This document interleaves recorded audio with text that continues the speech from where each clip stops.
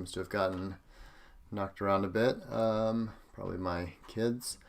So while this is loading up, I'm just checking to make sure everything is working. Give me just a second. Oops. Yep, that would be myself on my website. That's going. Excellent. I am going to be talking about our Markdown today, as you can see from the screen. If you haven't joined me in the past, what I'm doing is I'm recording lessons. I'm live streaming myself recording lessons for a course. So I often go back and kind of do things multiple times.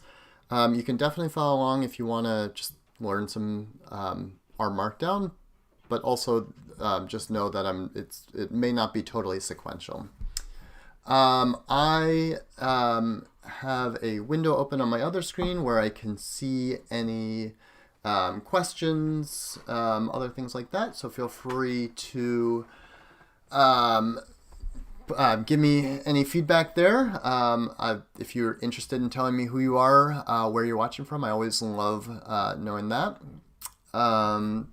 So today, let me actually just minimize this for a second. I am going to be starting out, sorry, one second,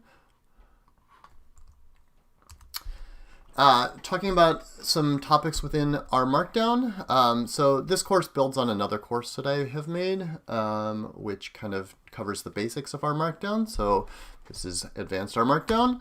And so I'm starting out just by talking about, and I'm actually just kind of looking through this to make sure I'm on the right page, how to add links, how to add images, block quotes, footnotes, and then I'll talk briefly about this remedy package, which makes it easy to do that. Okay, cool. So I'm going to go ahead and get started. Like I said, I may kind of go back and forth. I may start and stop, see how I like things. I often make changes to my slides as I begin recording. Let me just make sure everything, I need to hit record.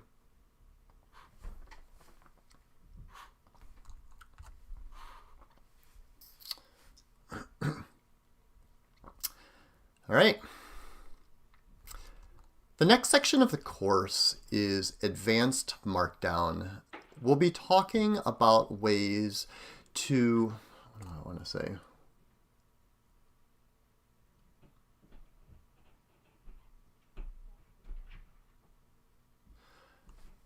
The next section of the course will be about Advanced R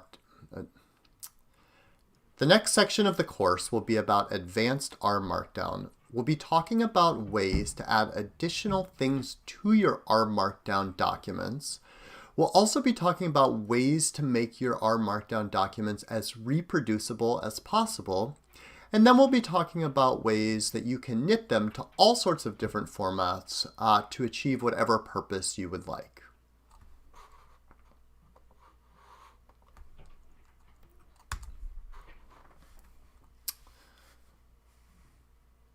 The first thing we're going to talk about is Advanced Markdown text formatting. In the Fundamentals of R course, you learned about some of the basics, kind of what is an R Markdown document, how do you do formatting like adding bold, adding italics, that type of thing. We're going to talk about some additional elements that you can add to your R Markdown document. The first thing that we'll talk about is adding links. So you can see here the text which says this is a link to the R for the Rest of Us website. And as you can see, the text link to the R for the Rest of Us website is in fact a link. I made that in this way. So it says this is and then in those square brackets, we have the text link to the R for the Rest of Us website. And immediately following that, in parentheses, is the URL of where we want it to go to, where we want the link to go to. So you simply follow that format, square brackets for the text that you want to be linked, and then in parentheses, the URL, the address where you want the link to go to. You can also add images. So here's a GIF/GIF. I'm not going to take sides on that. But you can see I have added this. And the way you would do that is you do blanking on words, exclamation point. The way you add that is you do exclamation point, open brackets. The way you do that, the way you add an image is like this. You do exclamation point, open bracket, close bracket, square brackets that is, and then in parentheses, the address of the image. So I have here a folder called images, and in that there is kidscreaming.gif. You could also link to an image that's on a website. It doesn't have to be on your local hard drive or anything like that. You can also add block quotes. So I've added a very famous quote here. For those of you not in the US who might not recognize this, this is from the Gettysburg Address by Abraham Lincoln. And the way I've done that is I've simply added a caret. Is that a caret? What is that called? I guess it's the greater than sign, but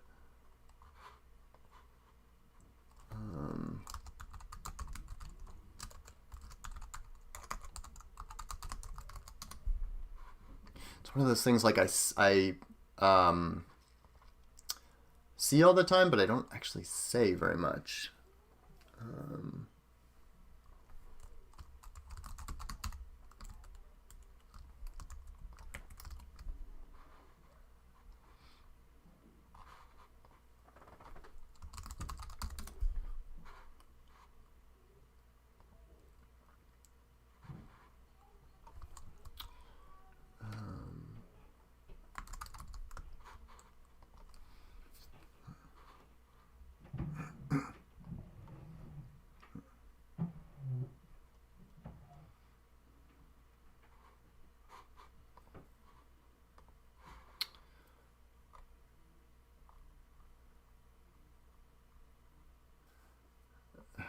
I guess I'll just call it a greater than sign because obviously people know what that is.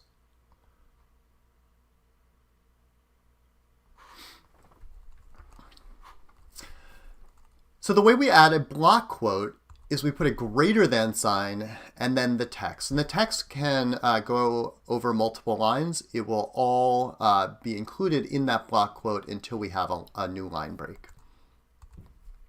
You can also add footnotes. So you do that by having the, it's all these things that I don't know, I don't say them, so.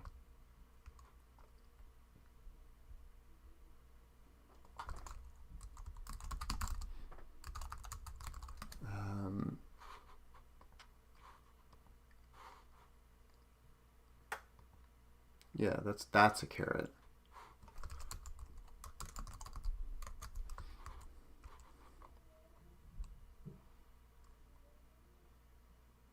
Okay.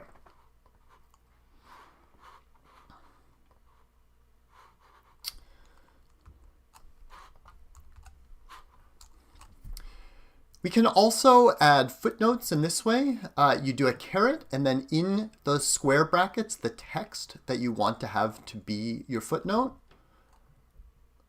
Hold on, let me do that again. Because I'm not actually going to, it doesn't really make sense to show it here. I'll show it when I actually am working in my our Markdown document. You can also add footnotes. So you can see you do that by adding a caret and then in square brackets, whatever the text is that you want to include. The numbering will happen automatically. You don't have to worry about adding numbers for your footnotes. So you just put the text there. I'm not actually going to show you what this looks like because when I start working in my R Markdown document, it'll just be a lot easier to show it to you there. There's also a package called Remedy, which helps make a lot of this easier and is also just a really good reference if you want to refer back to how to do this.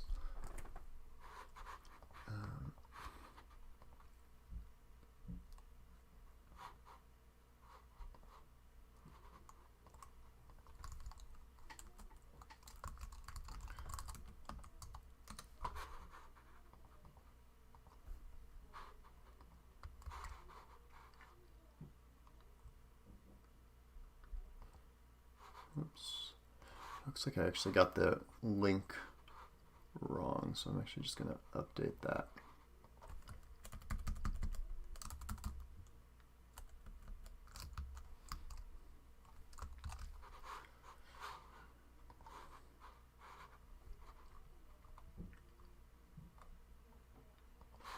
Okay.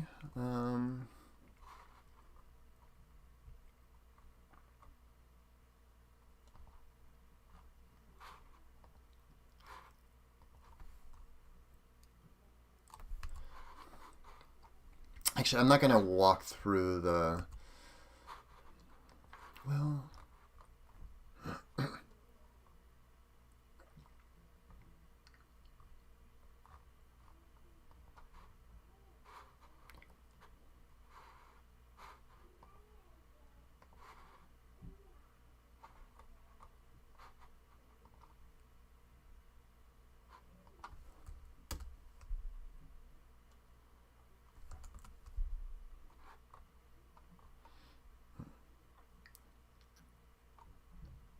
actually, maybe I'll just briefly show this.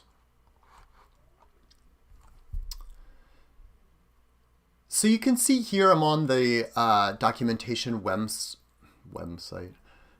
So you can see here I'm on the documentation website for Remedy. And what it is, it's an add-in.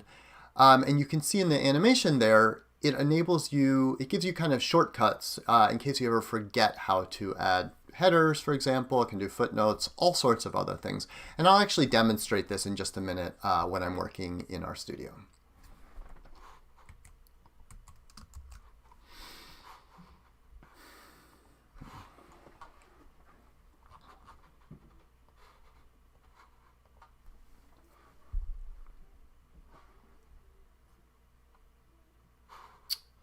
All right.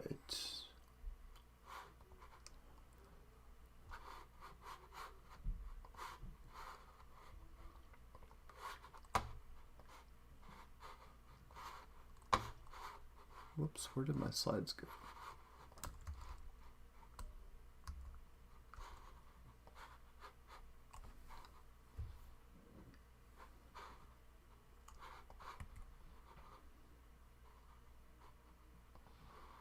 There we go.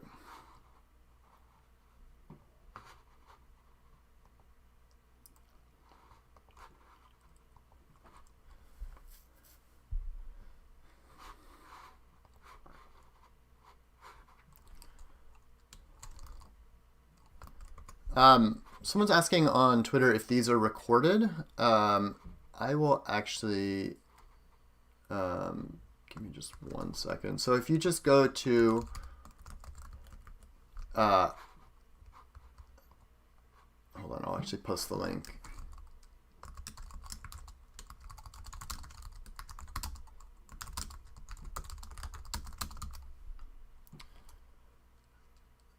So they are recorded. The recording that's on Twitter will continue to live there.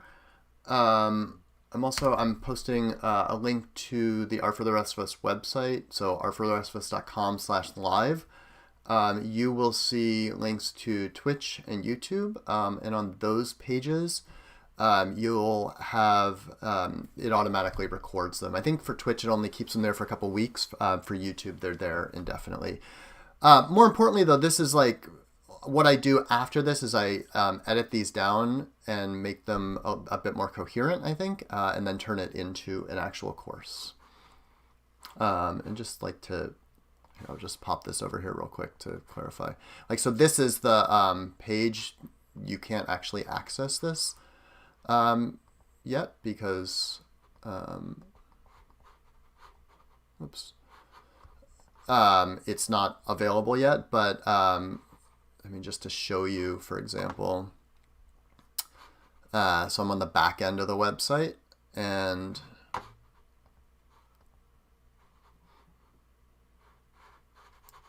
it's just going a little slow. So I got a lot going on. Yeah, so I can go like to the builder. I mean, you obviously can't see this, but oh boy, this is going so slow. So I've recorded, for example, all of the lessons, recorded and edited all the lessons for the data wrangling and analysis section, as well as the visualization section. And so I'll just show you real quick an example of that.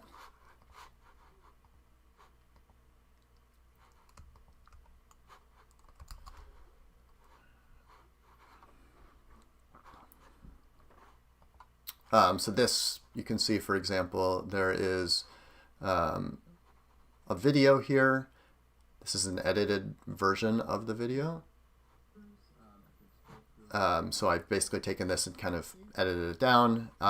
This doesn't actually have much of a your turn section, but for each lesson there's a your turn section where you get an exercise to do. And then there's usually also like a solutions section. Yeah, so here's a better example. Like there's the video, your turn section, and then the solutions where I also record the video and then have the code as well. All right, let me...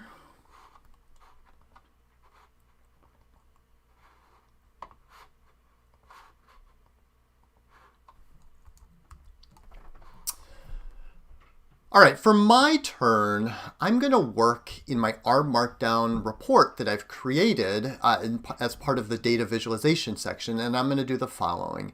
I'm going to add a link, I'm going to add an image, I'll add a block quote, and then I'll also add a footnote. And I'll knit it each time so we can see what it looks like.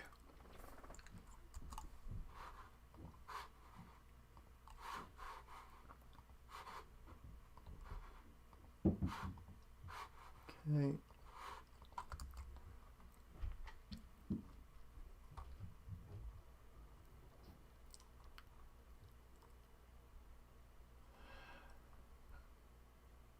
All right, here is the report that I ended up with last time.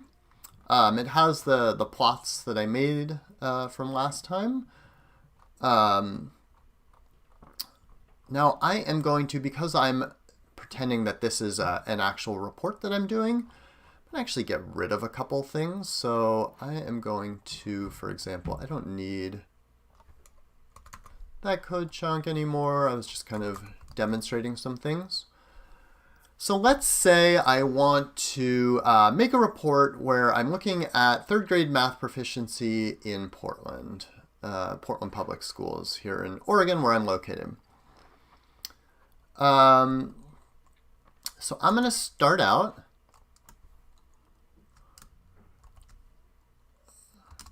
and I'll make a section for the introduction.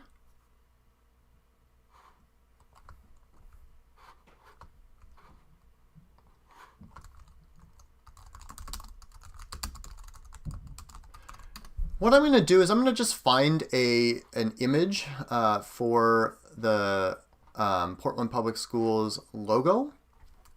Actually, I'll just go back here.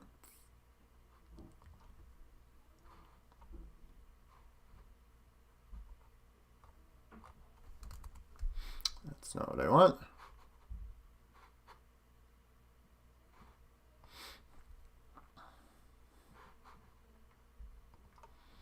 All right, this is from Wikipedia, so I know it's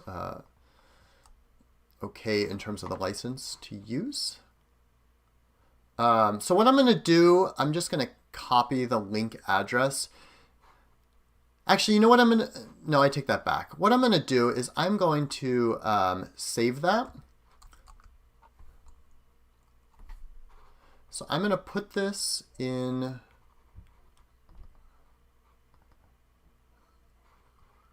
my project here. I'm going to make a new folder. I'll just call it images.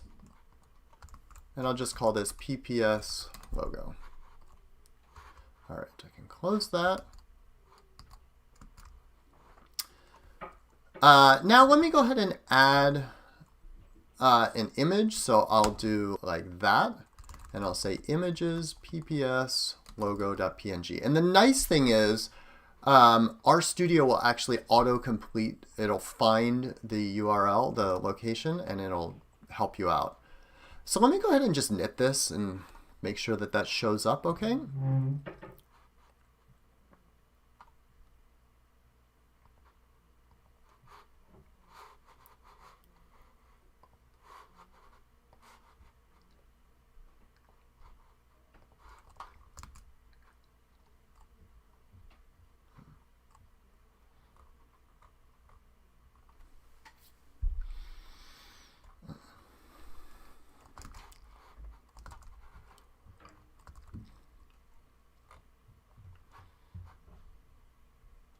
All right, perfect. I can see that the logo showed up here.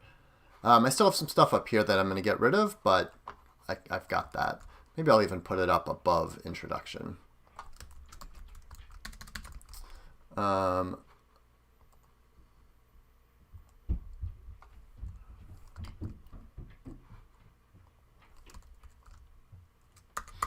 going to actually delete that fonts function because I don't need it there. I was just demonstrating that before. All right, so we've added that. I'm going to add a sentence here. This is a report written for Portland Public Schools on 3rd grade math proficiency in the last 2 years. So let's say I want to link now Portland Public Schools. So let me find the their website. Okay, so it's pps.net. So I'm adding those brackets, those open close brackets and that are square like that, and then in parentheses adding the URL. I'm not actually going to knit quite yet. Let me add some other things first.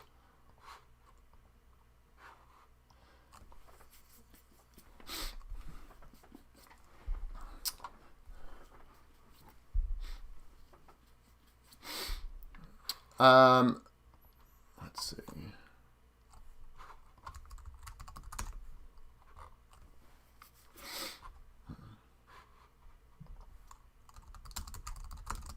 Just wondering, like, thinking of some quote to add. So maybe their mission statement. That's fine.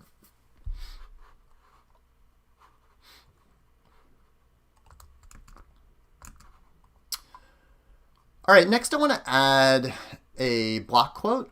So I've gone ahead and copied their mission statement, which I found. Oh, wait, that's from a single school.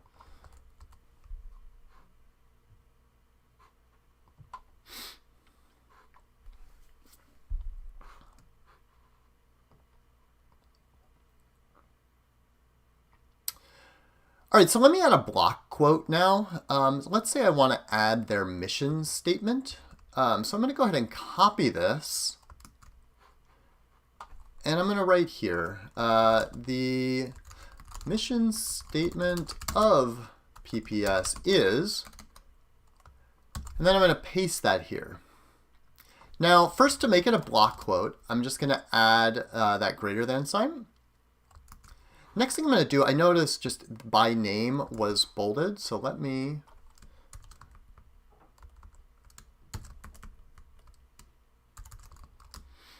okay. Sorry, I got a very itchy nose. One silly thing I have, I can never remember if it's single asterisk is bold and double is italics, or I think it's double is bold. I don't know why I have such, you have like mental blocks over random things. Okay, yeah, perfect, I got it. All right, so I've gone ahead and added that block quote there. Perfect. And I've got by name in bold.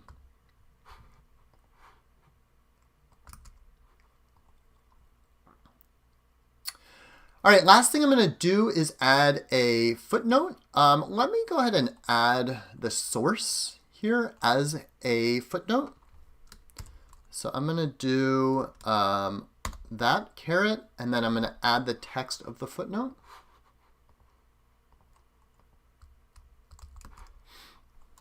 And I'll write source, PPS. No, I'll actually just put the URL there. Let me go ahead and knit that.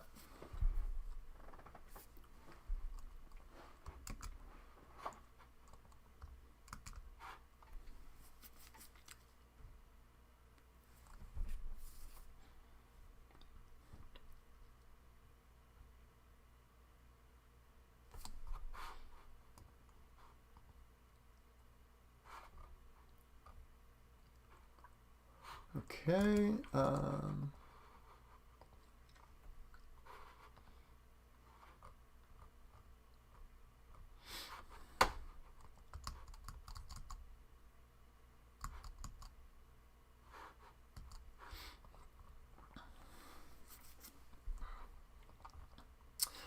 All right, I've knitted this, and you can see it has now added a footnote. I can click that, and it's added it down here. It's nice actually because it also actually has that, which will return us to where we were.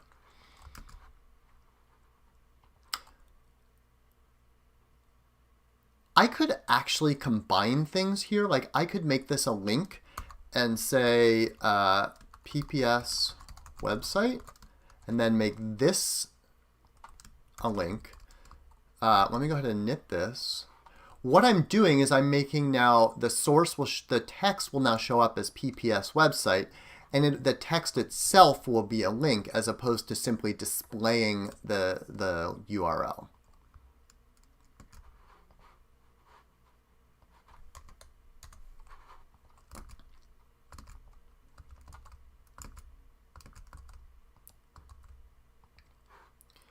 All right, so I'm back here now. If I hit this one, it takes me here, and it says source PPS website. And my user could click that, and it would take them exactly to this page.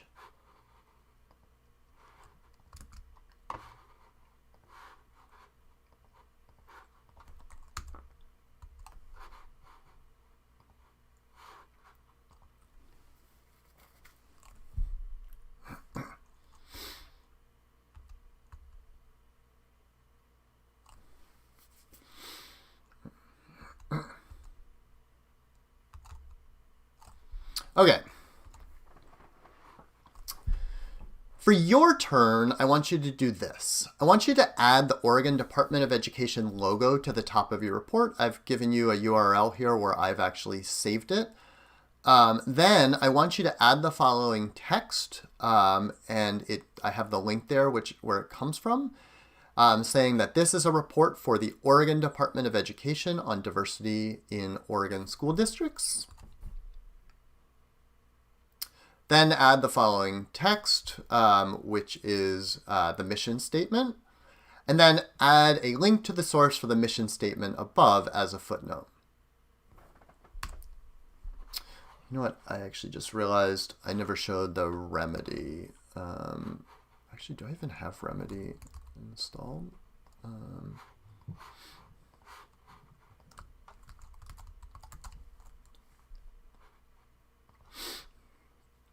I actually should install this. Let me go ahead and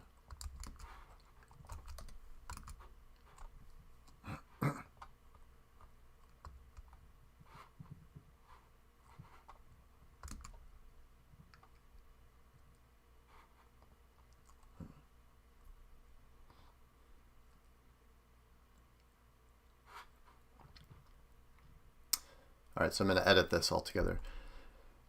So I want to now show you how this works with remedy.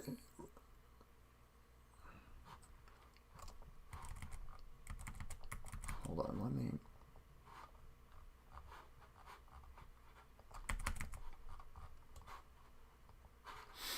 restart my session.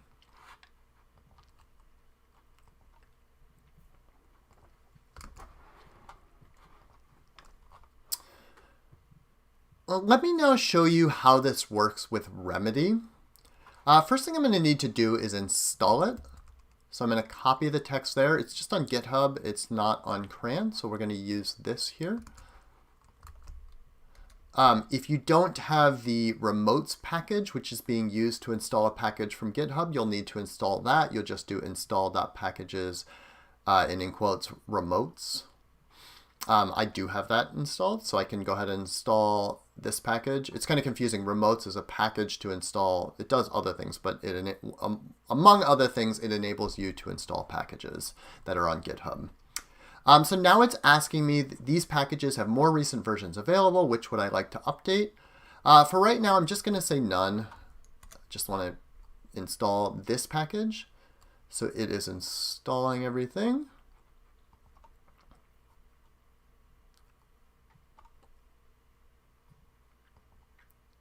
And perfect, it has installed that.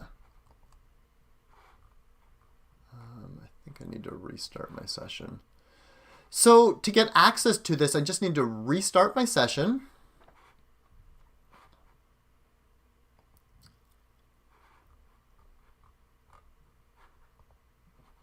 Gosh, I wonder if I even need to quit.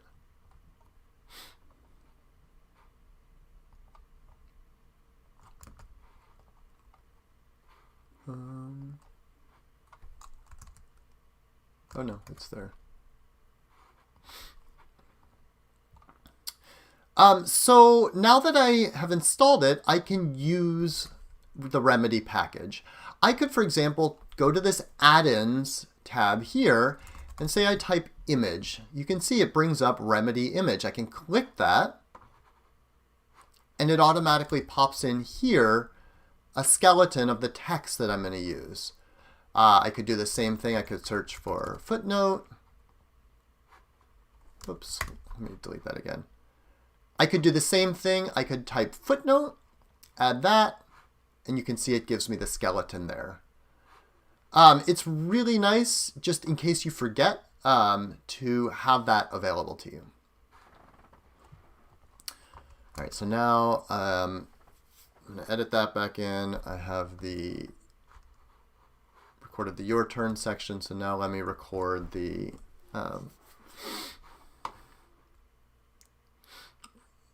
your turn solution.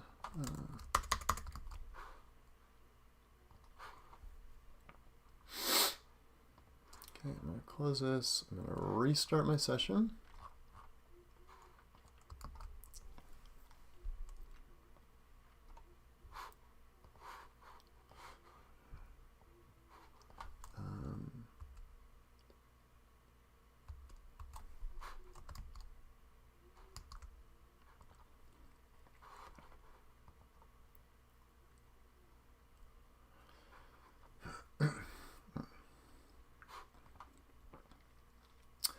All right, I am going to go ahead and do this. So I'm just looking, this is kind of where I ended up last time.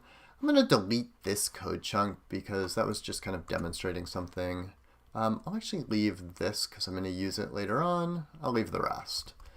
Let me go ahead and add some text. I'll put introduction here as well. Introduction, yep, spelled right. And I'm going to add an image. So like that. Now, I'm actually just looking over at my other screen and I'm copying the URL. So I'm going to paste that in there and you can see it now shows up here. For the most part, I would actually recommend downloading any images you want to use to your package and then using them, because you never know when a URL might change, something might go missing, that kind of thing. Because this is on my GitHub repository, I know it's always going to be there, so I'll just go ahead and leave it for now.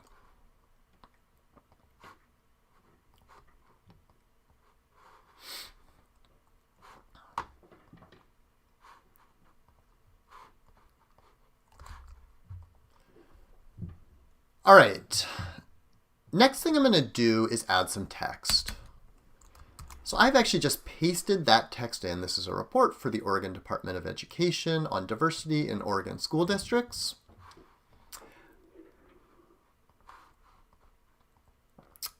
And I know that I want this text, Oregon Department of Education, to be a link.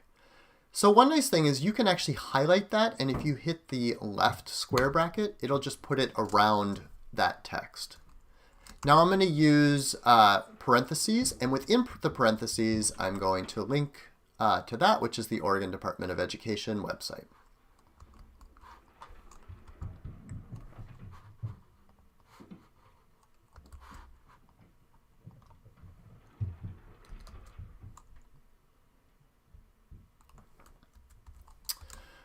All right, next I'm going to add a block quote. I'll just say, here is the mission statement for ODE, and I'm pasting that in and putting that greater than sign in order to make it into a block quote. And then I wanted to link this, so I'm going to do, no, hold on. And then I wanted to add a footnote to my source here, so I will do caret, square brackets, and then I'll type source, and I'll type ODE website. I could actually highlight that, square brackets around that, and then in parentheses the URL. Okay. So let me go ahead and knit this.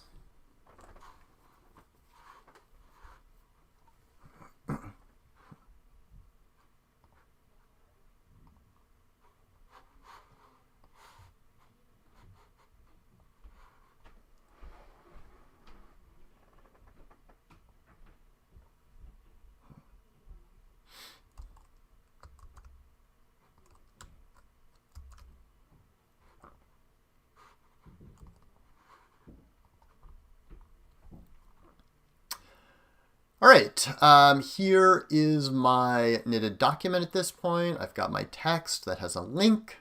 I've got a block quote and with a footnote here, which takes me down here, source ODE website. And then I also, of course, have an image here at the top. All right, I'm going to stop recording. Start recording again. Give me just a second, folks. I'm just going to actually copy this.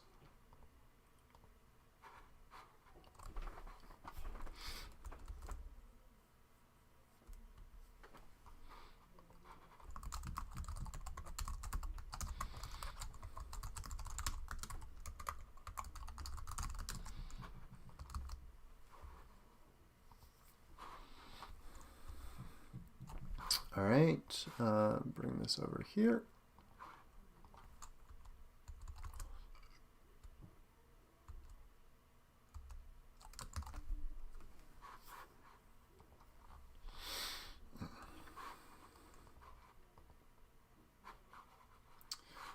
All right, next thing I'm going to talk about is tables. Let's see, I'm just thinking about this.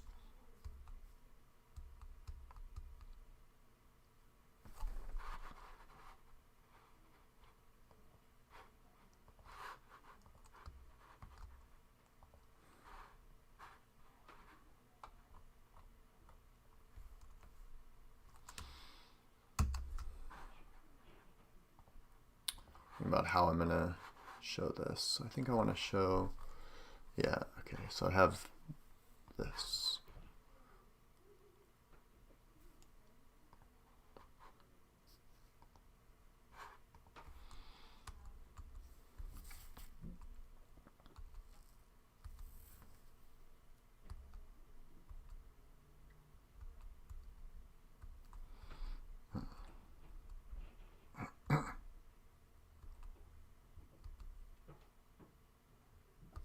All right, so what I'm going to do is I'm going to show, first of all, how you would do it by changing the YAML, how you would kind of change the table output, and then I'm actually going to demonstrate a few packages, or I'm going to kind of give an overview of a few packages. I've written a fairly comprehensive blog post on this, and from there I will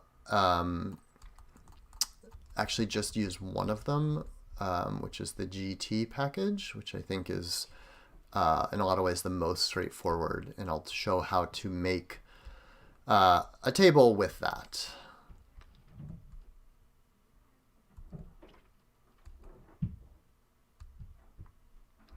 All right.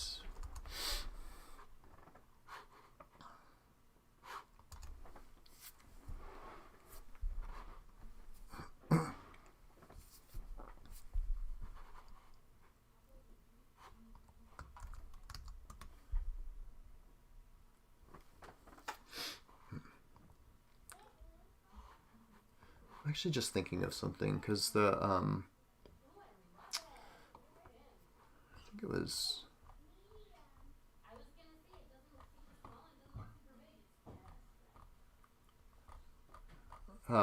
sorry, I'm just thinking in my head. There was a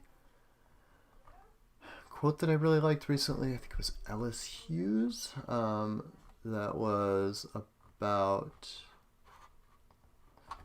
how tables are a form of data visualization. We just don't think of them that way.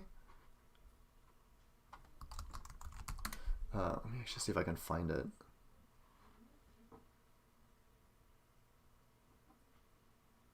Hmm.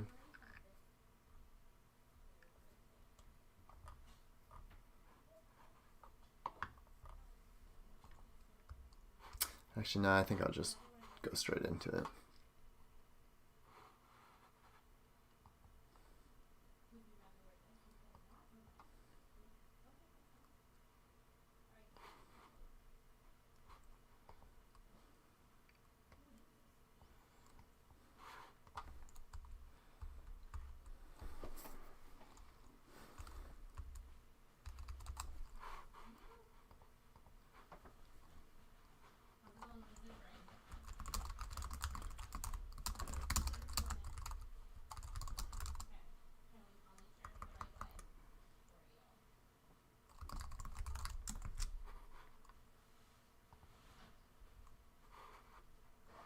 All right.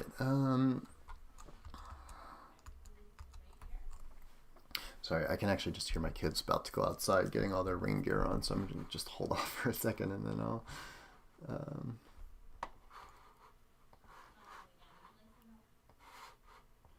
start recording again. Let me just rename the last video that I did.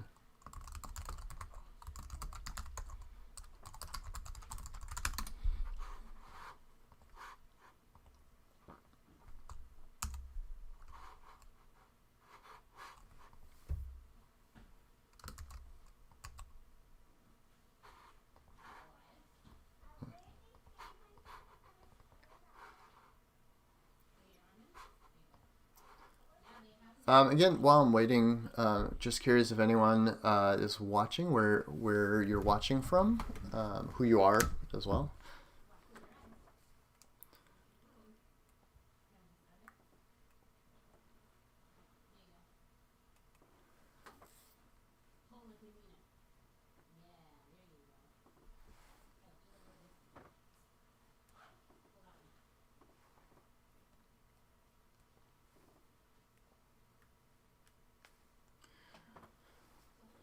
All right, I think they're just about done.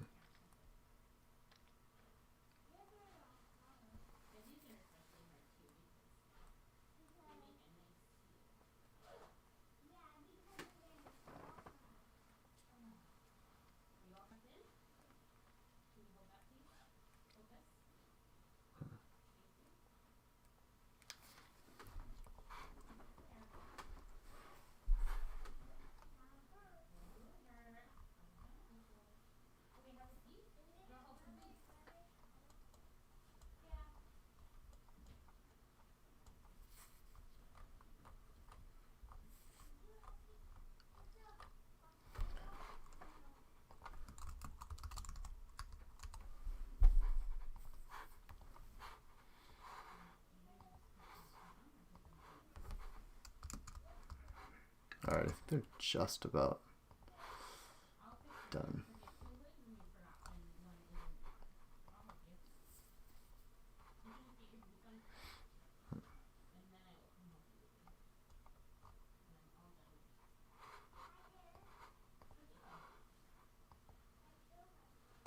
Excellent, Varun from Cambridge, Massachusetts. Thanks for joining.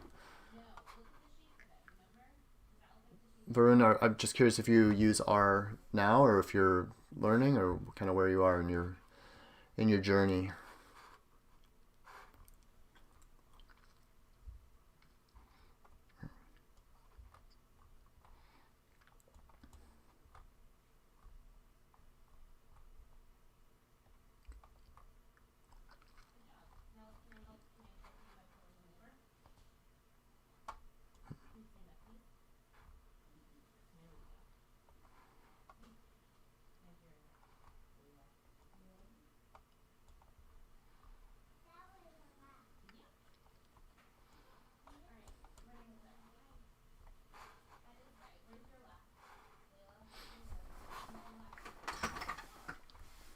Cool. Use R in grad school. Funny thing is, I actually never, so I did my PhD in anthropology at UC San Diego, but I always worked with a statistician who did all the analysis, and he used R, but I never had any reason to learn it until after I got out and didn't have a statistician to do that work for me. So cool, you said you're familiar with basics but not too aware of knitting documents. Definitely check out Varun, the R Markdown. It's amazing. I mean, I don't know exactly what your work looks like, but as a way to kind of write reports and have everything be in one document, it's, I think, the single thing that's changed my workflow more than anything else. So, actually, let me... I'm going to put in the chat to you a link to an article I've written about R Markdown that might be interesting to you, just about kind of what it is and why it's valuable, that kind of thing. All right, they went outside, so go ahead and get started. Let me make sure I'm recording.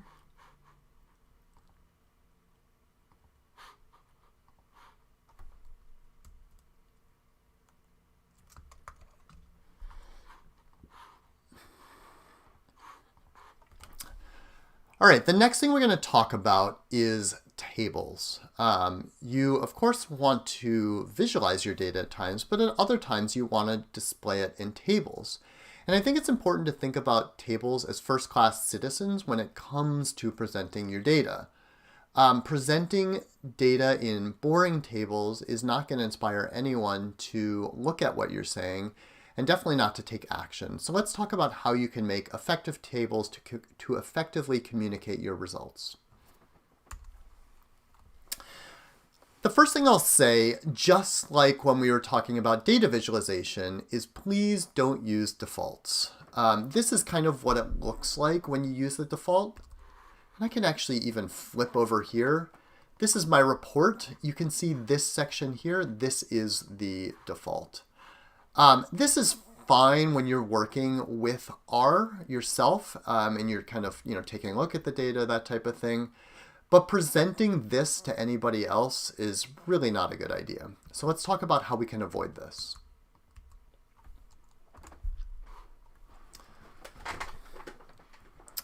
The first way that we can deal with this is by changing what's known as the default data frame. Let me start again.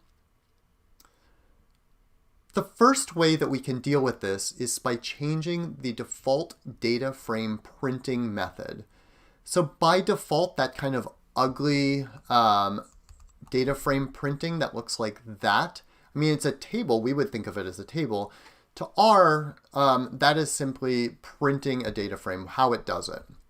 So we can change this. So for example, I can add, in my YAML, I can add output, and I have two spaces here. Well, I put the HTML document on the next line, and then I have two additional spaces here, and I have df print cable. Let me go ahead and copy this. Actually, no.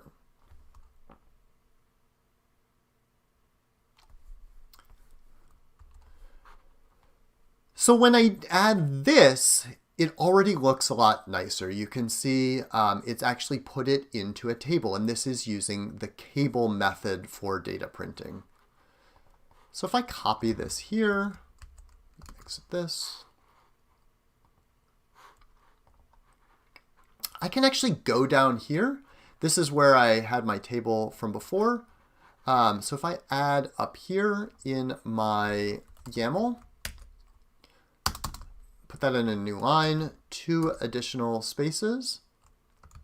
Whoops, I don't actually need those two. Let me just do that. Now, I don't know if I run it down to here and then rerun this, if that'll work, or if I need to actually knit it again. Let me see.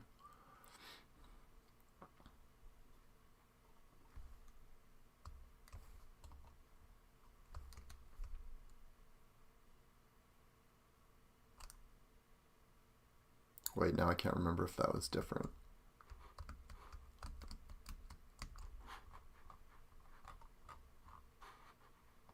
I think it actually just looks this. Yeah, it just looks the same in here. Okay. So I'm going to actually knit it.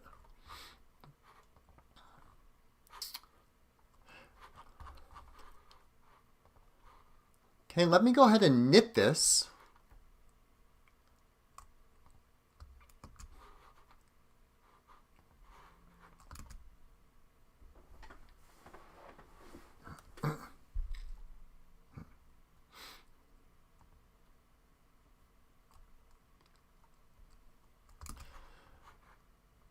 Okay, I've knitted my report. I'm back here. I'm just going to refresh that, and you can see now I have a much more nicely formatted table.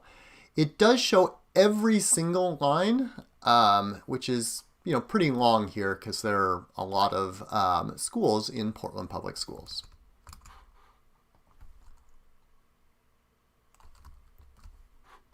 Let me just re-record that last little bit. It does show every single line, and there are a lot of lines here because there are a lot of schools in Portland Public Schools.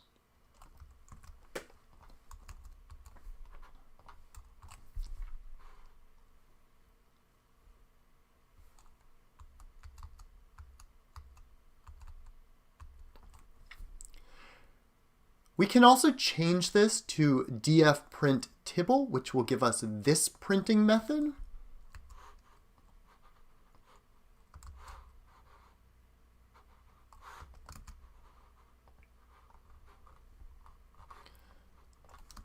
So if I come up here and change that to Tibble, if I knit,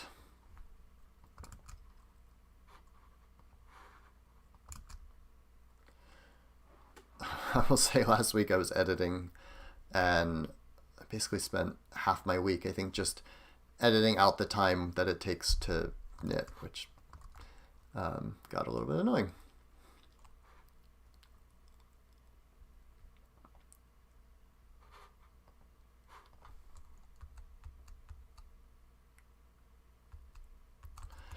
I actually don't like my order here. I can change it in the editing, but I'm actually wondering.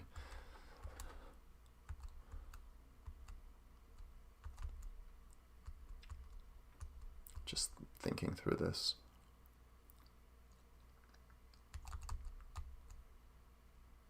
Yeah, I should definitely.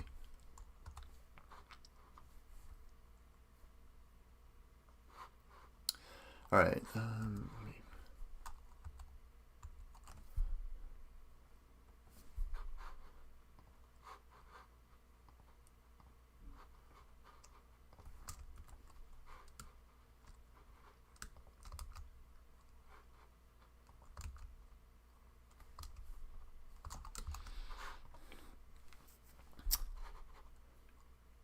So the default that displays is using the Tibble. Oh, is that right? Printing methods in our Markdown.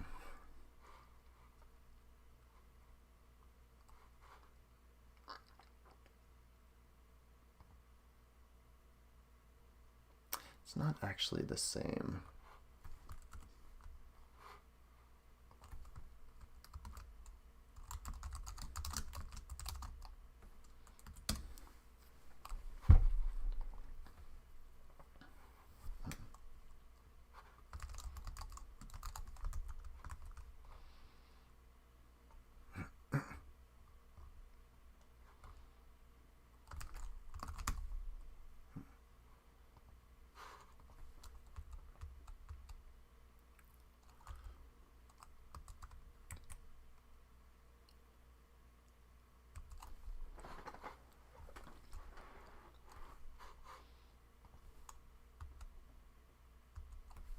All right.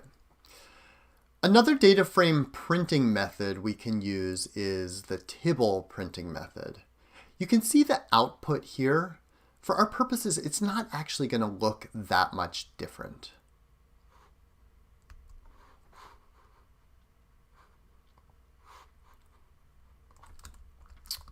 Okay, let me put this back how it was. So if I do want to change to that Tibble printing method, I need to put this down on a new line, add a couple spaces there, and then df print Tibble. And I'm just use the keyboard shortcut to knit. You could hit that button as well.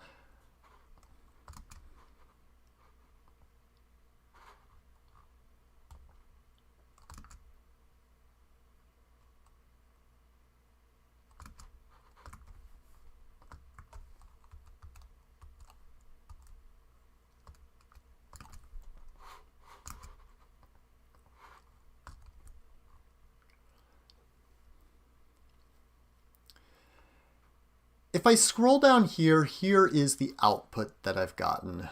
There's some subtle differences with the default, but overall it's still not a really good look, and I don't recommend using this. Okay, when I edit this in, I'll now put the cable method after this. And then I'll do the paged one. One way to deal with having a really long table is to use the dfprint paged option. What that'll do is it'll give us a paged table. So it looks like this. You can see we have our variables. This is a sample using one of the built-in data sets.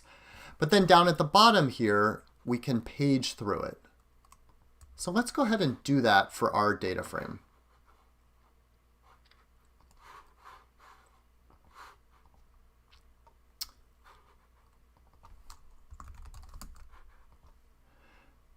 Let's go ahead and change this now to that paged data frame printing method. I'll go ahead and knit.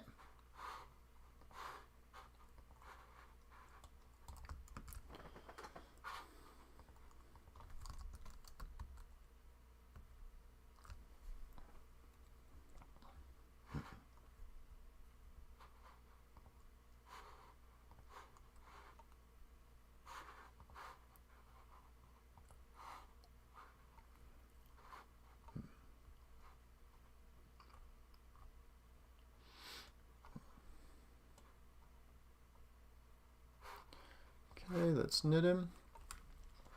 So let me go ahead. All right.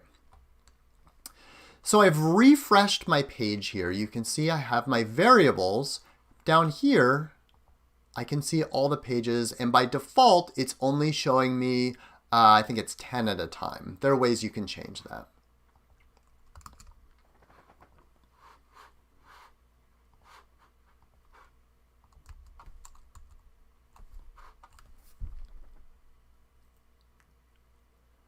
I've showed you now several data frame printing methods, but really I think your best bet is to use packages that are specifically designed to create tables. I'm going to show you a few of them, give you some of the options, and then I'm going to use one, the GT package, and walk you through how you would create a nicely formatted table. The first option is this GT package. This package is intended to create sort of a grammar of tables in the same way you have a grammar of graphics. I think it's a great option, and I think it's only going to grow. It has a lot of support from folks at RStudio. The one thing I will say is that if you are knitting to Word, the GT package does not currently work for that. There's also Cable and Cable Extra. This is an example of a table made by Charla Gelfand for a report that she did. It is extremely flexible and allows you to create all sorts of formatting, shading, color, etc. There's also the formattable package, which again allows you to do a lot. You can see some of the options here in this table, which gives you the kind of shaded lines that are larger depending on the value in the cell. You can use those icons that you see in the registered column. And then of course it's using color as well. There's also the DT package, which is a fairly simple way of creating more dynamic tables. This is only going to work if you are knitting to HTML because it's the only one that enables this sort of dynamic ability. But you can see you can the user can dynamically then sort. The user can also search. It's really nice for that type of simple interactivity. There's also the React table, which is a really powerful package. You can see this is an example of a plot made by 538 during the 2019 Women's World Cup that was recreated using the React table package. It is incredibly powerful. I will say I think this is the most complicated to use. So definitely take a look at it if you have if you feel really confident in your abilities. If not, and you want that interactivity, DT is the way to go. There's also the Flex table package, which I think is really nice, really easy to use. Gives you a lot of options for formatting, widths, etc. The real advantage of the Flex table package is that it's the only one that knits nicely to Word. Other packages do not do that. So again, if you're knitting to Word, this is the package you should definitely be using.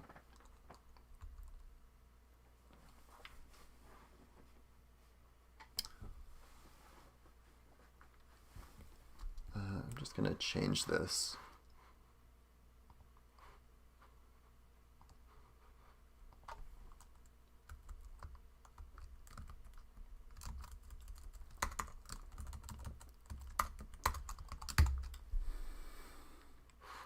I had thought before I would here show changing the default data frame printing method, but since I've already done that along the way, I'm just going to do this.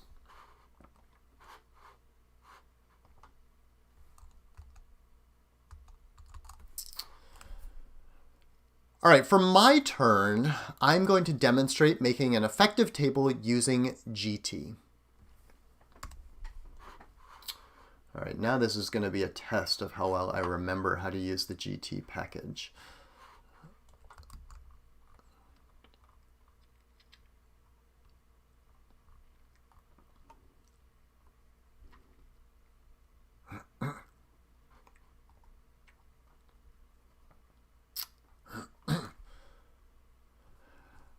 All right, I'm going to start here. First thing I'm going to do is I'm going to just delete that. And I'm going to make a new header here, growth from 2017, 2018 to 2018, 2019. What I'm going to do is I'm going to make a table that shows the top 10 schools in terms of growth from those 2 years. So I'm going to say the table below shows the top 10 schools in terms of growth on 3rd grade math proficiency from 2017, 2018 to 2018, 2019. All right, so last time I had this here. I had actually sort of done this when I was looking to create my highlight school data frame. Actually, it wasn't last time, it was in the last section. So I'm going to use this actually as a start.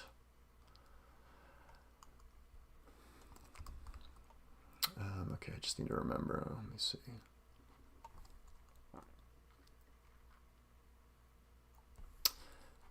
So I had filtered to just use Portland. I had pivoted wider so I can show 2017, 2018, and 2018, 2019, and then I had made a growth variable. Looking at this now, I no longer need the school ID variable, so let me first begin by just doing select minus school ID, and then I'll also, I'm going to use slice max growth 10. What did I do wrong?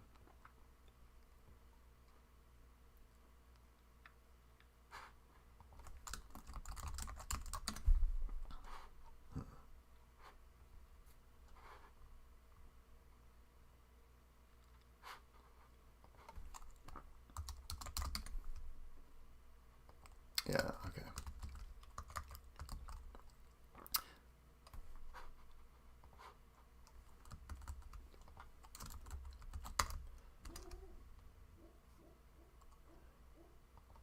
All right, when I run that, you can see now I just have school, the 2 years, and then the growth. So now let me use the slice max function, and I'm going to use the growth variable, and I'm going to say n equals 10. So in other words, select the top 10.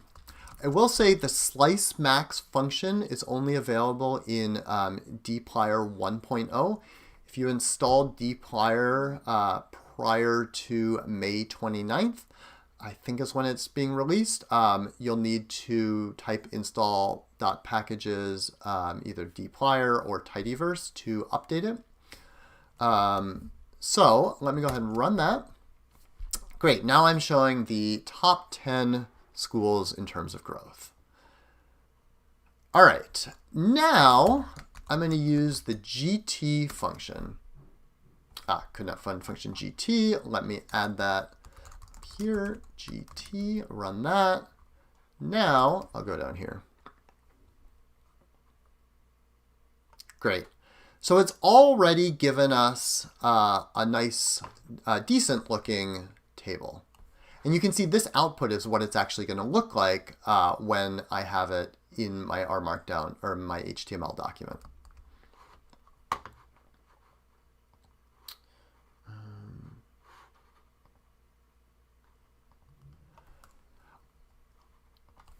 The first thing I'm going to do is I'm going to use calls label. The variables here work really well for analysis, but I'd like them to look a little bit better for presentation. So I'm going to use calls label, which if I open up the help for it, we can see. What it does is it enables us to give nicely formatted names to our variables so that they show up nicely.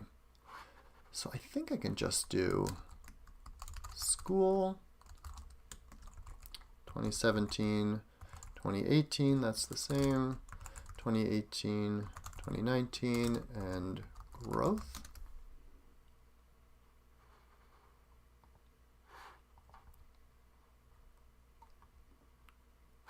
Oh, yeah.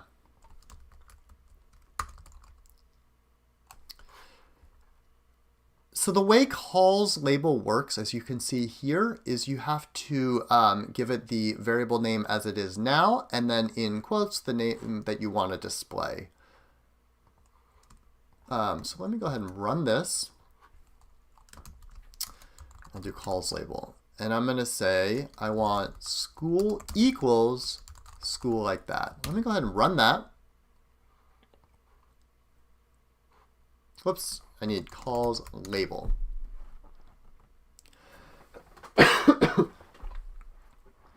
So you can see now school is uppercase, which is what we want. And it hasn't touched any of the other variables. But I'd like to also change growth to be equal to growth. All right, perfect.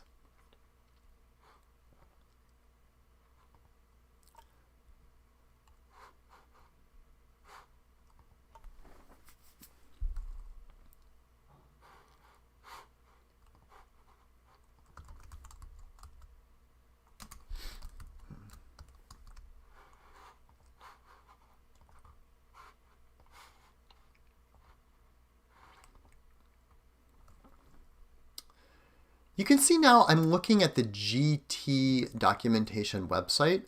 There is a section here. There are a group of functions that are all about formatting data. So this is similar to what we did with the % function. We can actually use the function here. For example, there's fmt% to format values as a percentage. Because you can see here, for example, in these 3 columns, that's not how we would like to display that. We want to actually have them show up as percents. And I could, for example, actually change them early on to percents, but let me actually use this function. So I'm going to do fmt% columns equals, and let me actually bring up the help file so I have it available to me. I like to mostly scroll down and look at the examples. So you can see I have to use this format here, columns equals vars, and then I give it the name of the variables. Now here I'm actually just using the original names. So actually, sorry, I don't want schools. I want 2017, 2018. And I'm doing those backticks because they start with numbers. 2018, 2019, and growth.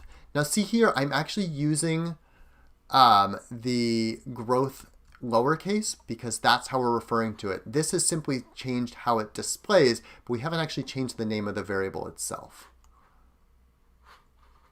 Okay. Now I'm just going to use the decimals equals 1 is fine. Run that. And you can see now I've got these nicely formatted percents. And it's done that only for the variables that we said. Now if I tried to add like school here, it's going to give me an error. It's going to say I can only use that function on variables with numeric data, and obviously school is not numeric.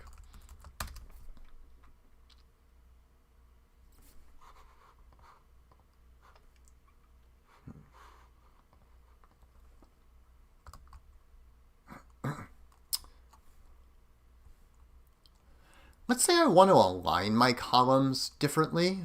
It actually uses sensible defaults. Typically with numeric data, you want it aligned right. But let's say we want to align it center. We can use the calls align function. And I'll do align equals center. And I think this will do everything. Yeah, just put everything in the center. Now, if I look at the help for calls align, note that there's this columns argument as well. So if I scroll down here, you can see there. So let's say I only want the same columns as before. I could just copy that in. And now it will center these 3 columns, but it'll leave alone the school column.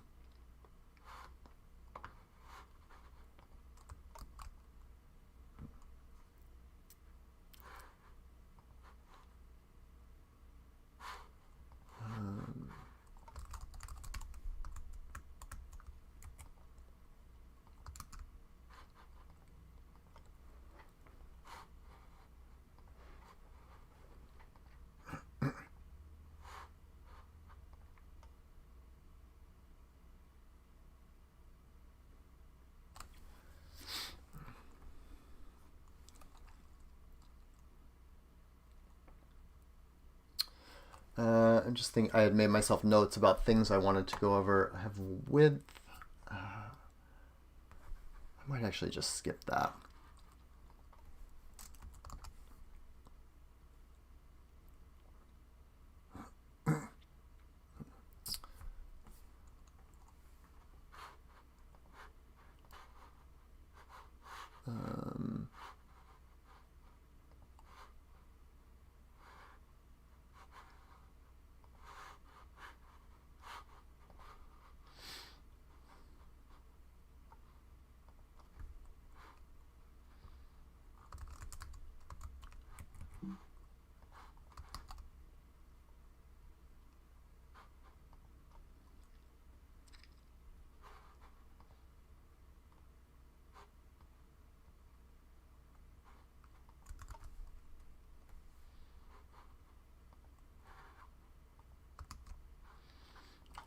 Okay.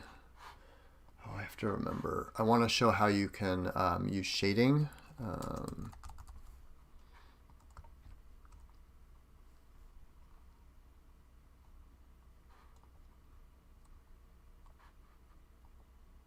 Yeah, it's data color.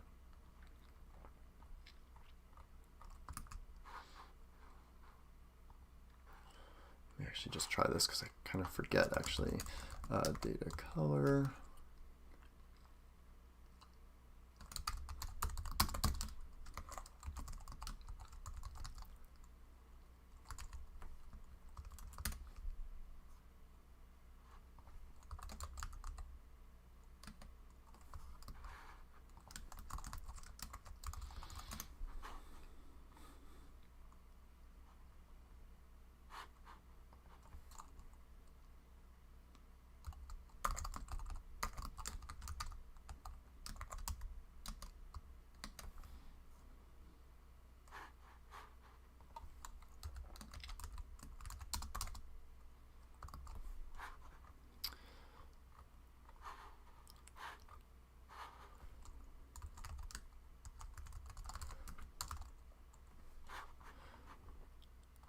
domain. Yeah.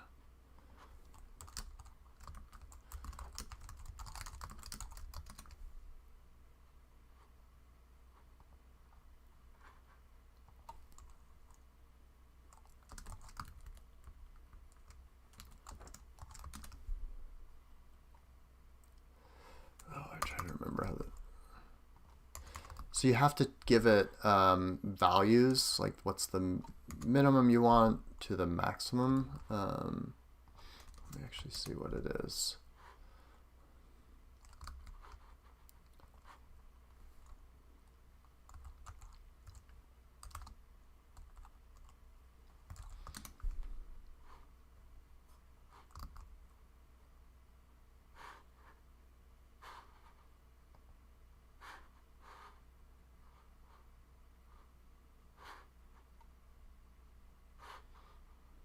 Oh, that needs to be in here.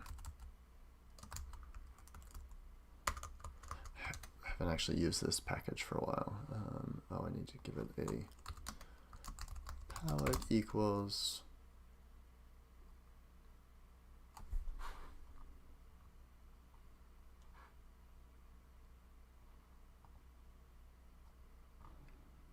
Oh man, this is complicated. I might actually not do this.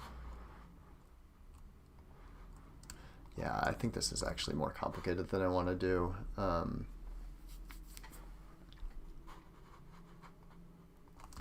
Maybe I'll do width.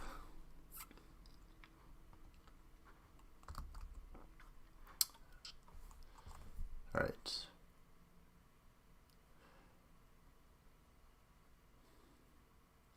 The GT package uses sensible widths, but we can also adjust these manually if we want to.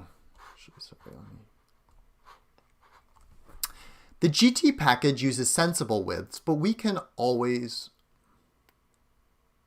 The GT package will use sensible widths for our columns, but we can also adjust them manually. To do that, we do calls width, and it all follows a really similar format, which makes this really nice and easy. So let's say, for example, we want to just make that school column wider, so vars school. And let me actually open up the help file for calls width. And again, I'm going to scroll down here. It's a little more advanced.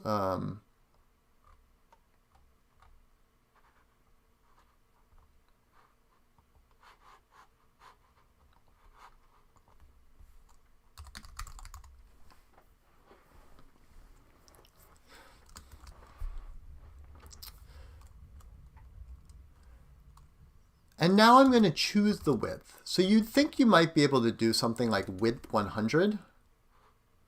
But that doesn't actually work because we don't know, or the GT package doesn't know what 100 means. So there are several helper functions like px100. Oops, what did I do wrong? Hold on.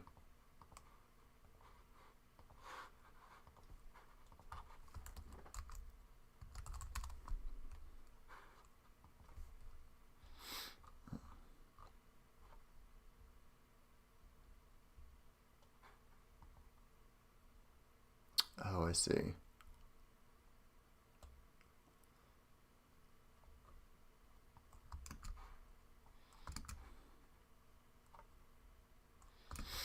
Okay.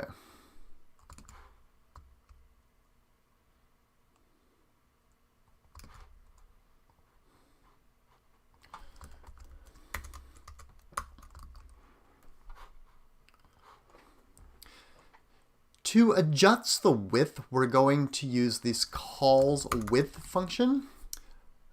So it takes a slightly different format in terms of how we work with it. I'm going to do this. I'm going to say vars, and let's say I only want to have the school. Just like with case when, we're going to use this tilde. Let me actually bring up the help file just to make sure I'm getting this right. Yeah, so you can see in the example here, like vars num, and then it has the tilde. And then we use, for example, px100. Let me run that and then I'll talk through what it's done. So what it's done now, px is a helper function for pixels. It's made it 100 pixels wide. You can see that's actually not really very good. Let's say we want to make it 500 pixels wide. There we go. That looks better. There are also helper functions like pct, which will do, actually we don't want that, that's 500%. So percent pct 50. Oops.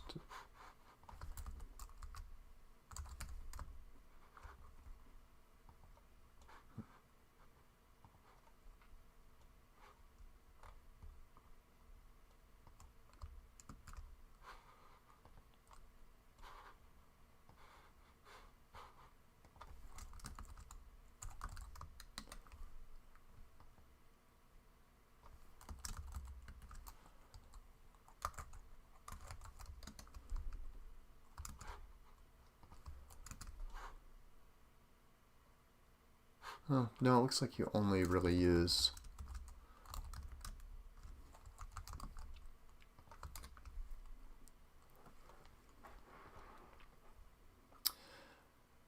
all right, so I've set the school variable to be 500 pixels wide. I could then use, say, the everything function, which you have probably seen within select. That allows us to say basically everything else. And I could do px, say 100. So now these columns here are 100 pixels each. We could also do the same thing being true, which is to say every single column that doesn't meet that's not var's school. And you can see now I could change this. I could do 250. And you can see now they're wider. Okay, I think probably a sensible way to do it would be like 100 each.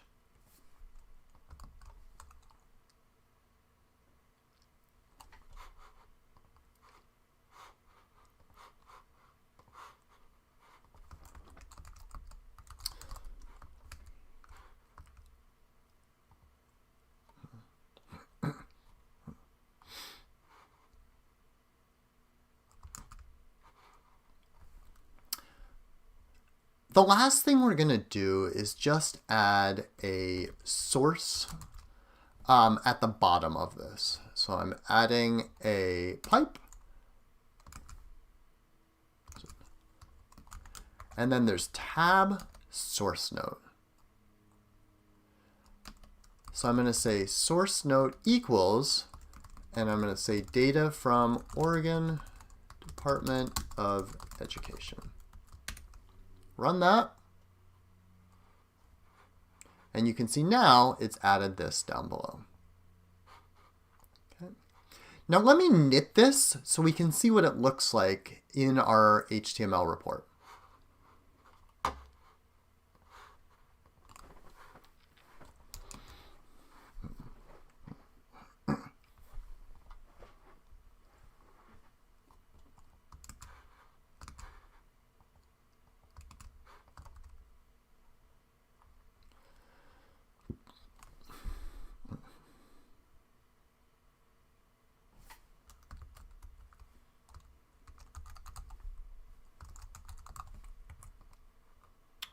I wonder if I want to make it bold.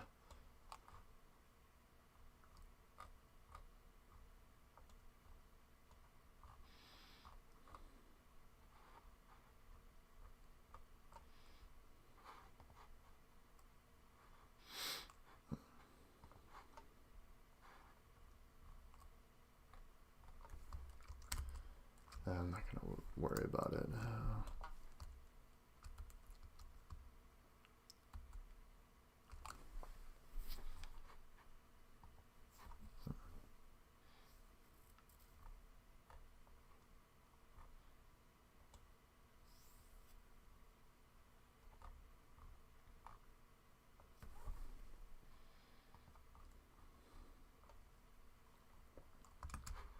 Let me see something. So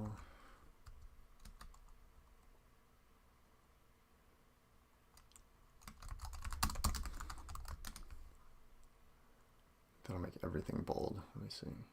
No. What did I do wrong?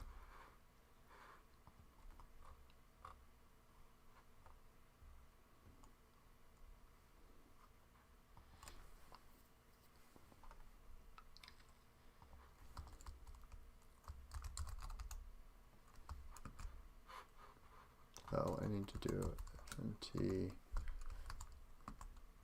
what is it?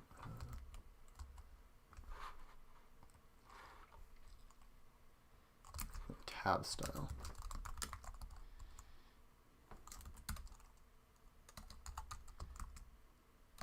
Equals cell.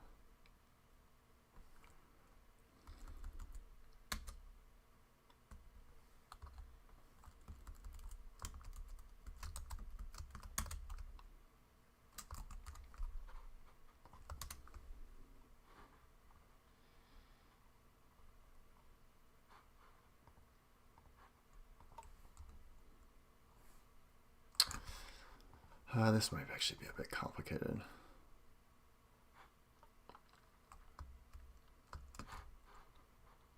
Oh, it's style equals.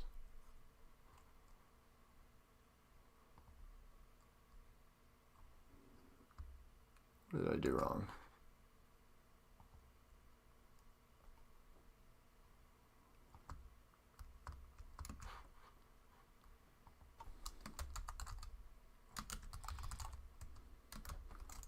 Yeah, I think this is actually too complicated, as evidenced by the fact that I'm having trouble making it work without a ton of effort. Okay.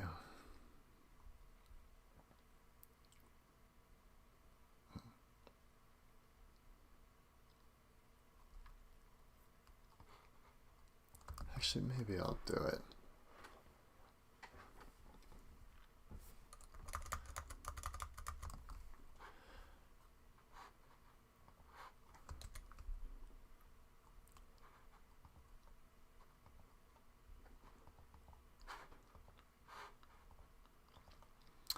All right, one last thing I want to do is I just want to bold the top row.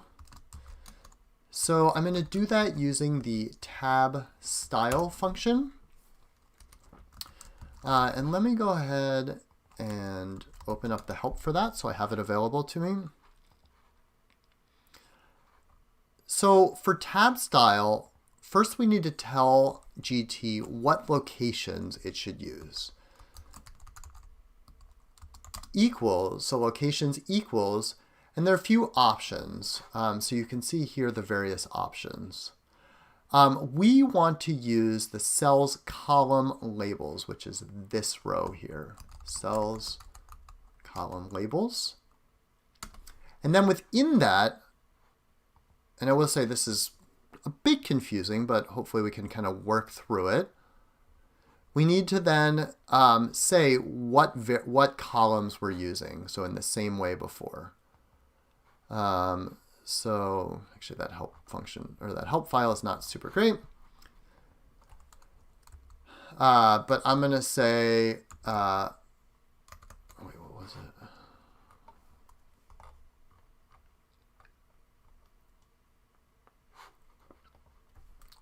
So I'm going to say columns equals, and I want all of them to be, I want this applied to all of them. Then we're going to do comma, and I'm going to say cell style. Actually, I'll go back here.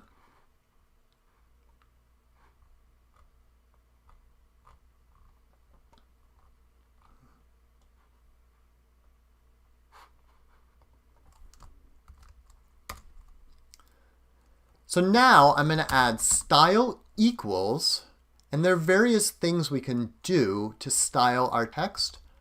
I'm going to do cell text. And you can see when I do that, so I can even open up the help for, whoops, cell text. It gives me a bunch of options. The one that I want to use is weight. So I'm going to do weight equals bold. So you can see now I'm doing two things. I'm first saying what's the location. I want it to be on the column labels in this row. and every single column. Then we're setting our style. So we want cell text to be equal to bold. So let me run that. The weight is now going to be bold. And you can see it's now made them bold. You could add other things here, like you could do color equals red, saying.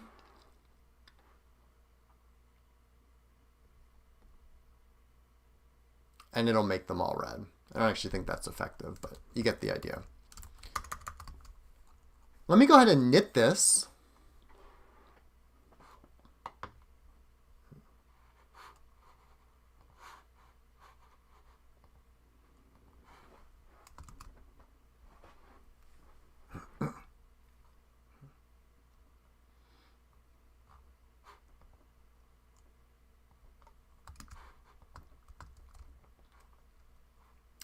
And you can see now in my R Markdown, in my HTML report, I've got a nicely formatted table here.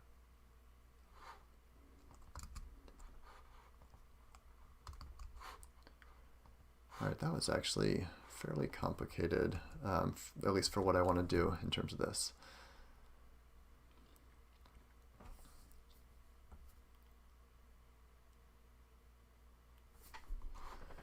All right, for your turn, I want you first to begin by changing the default data frame printing method to use cable. Then I want you to choose one of the table packages and make an attractive table that shows the top 10 districts with the highest percentage of Hispanic Latino students. And I've given you a little hint here about using the slice max function, as well as FMT% if you're using GT to display that percentage.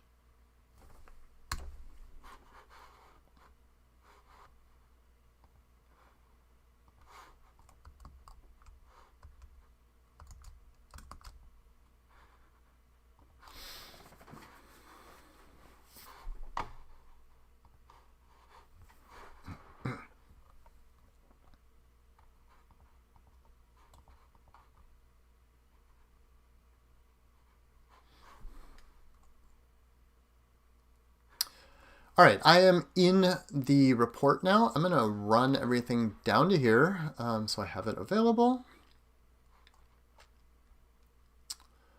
I'm going to do one thing first of all.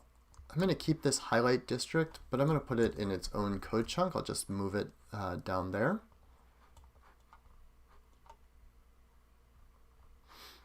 Because here's where I'm going to actually display my table. All right, so I could just run that again. I've got that.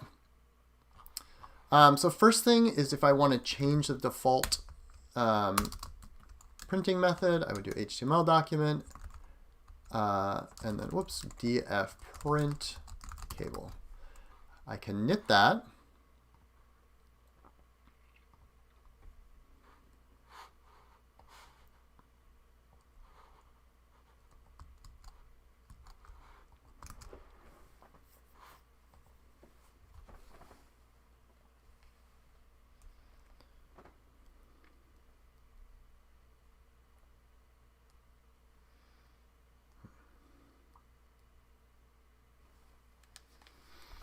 Okay. I'll refresh my report here, and you can see I've got a more attractive table, although it's very, very long because that's all of the school districts. All right, so I'm going to actually just change this. I don't need it to be cable. And that only applies if you don't put something after a data frame. In other words, if you just put the data frame. I could leave it since I'm going to now use the GT package to make my tables, but I'll just change it back. All right, so now I want to just show the top 10 in terms of growth. So just like I did on my turn, I'm going to get rid of district ID, and then I'll use slice max growth n equals 10. Let me take a look at that. Cool. So now I'd use GT. And then I'm going to use call names. Oh, you know what? I haven't loaded this package. Let me do that up here.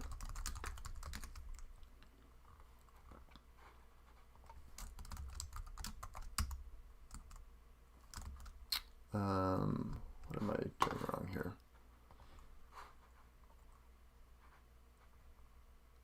Oh, calls label. All right, I'm going to change the labels now. So I will do calls label, and I'll do district equals district like that, and growth equals growth. I can go ahead and run that. Cool. Now I'm going to use this fmt%, and so I need to tell it which columns to apply this to. 2017, 2018, 2018, 2019, and growth. And again, growth is lowercase because I'm not, I'm just using the original variable name. And I'll do decimals equals 1.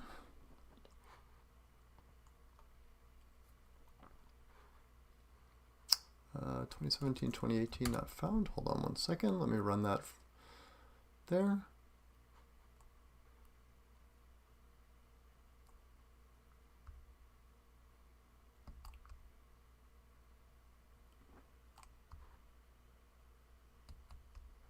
What did I do wrong?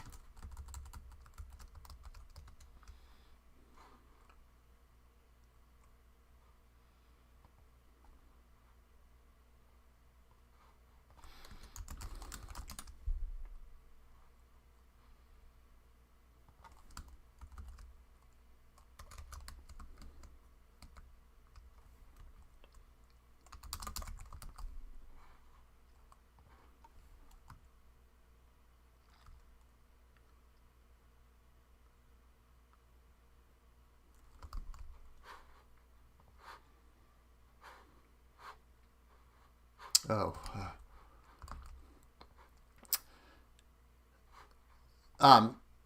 So I actually forgot I have to list this vars here to say these are the variables. So let me run that. There we go.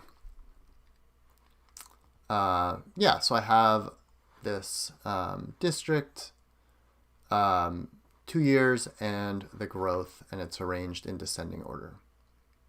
And I could do all sorts of other stuff if I want to in terms of the width and bolding, etc. I'll just leave it like this.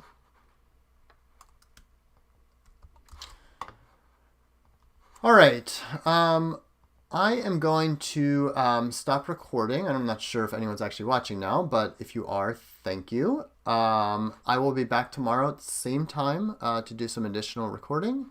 Let me actually see what I'll be working on tomorrow. Oh, advanced YAML stuff.